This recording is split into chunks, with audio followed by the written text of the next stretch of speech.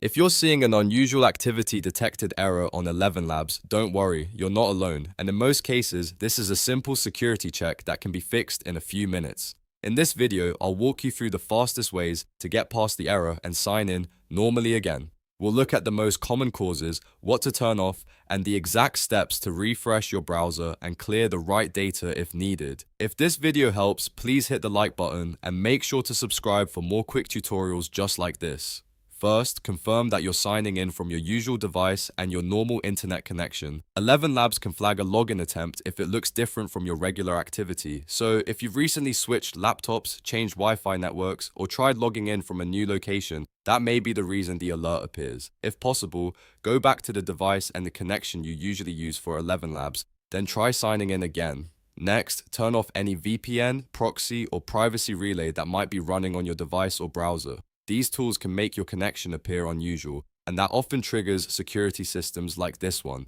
Once they're disabled, close the sign-in page, reopen it, and try logging in again. In many cases, that alone is enough to resolve the issue. If you're still getting the error, the next step is to refresh the page and try once more.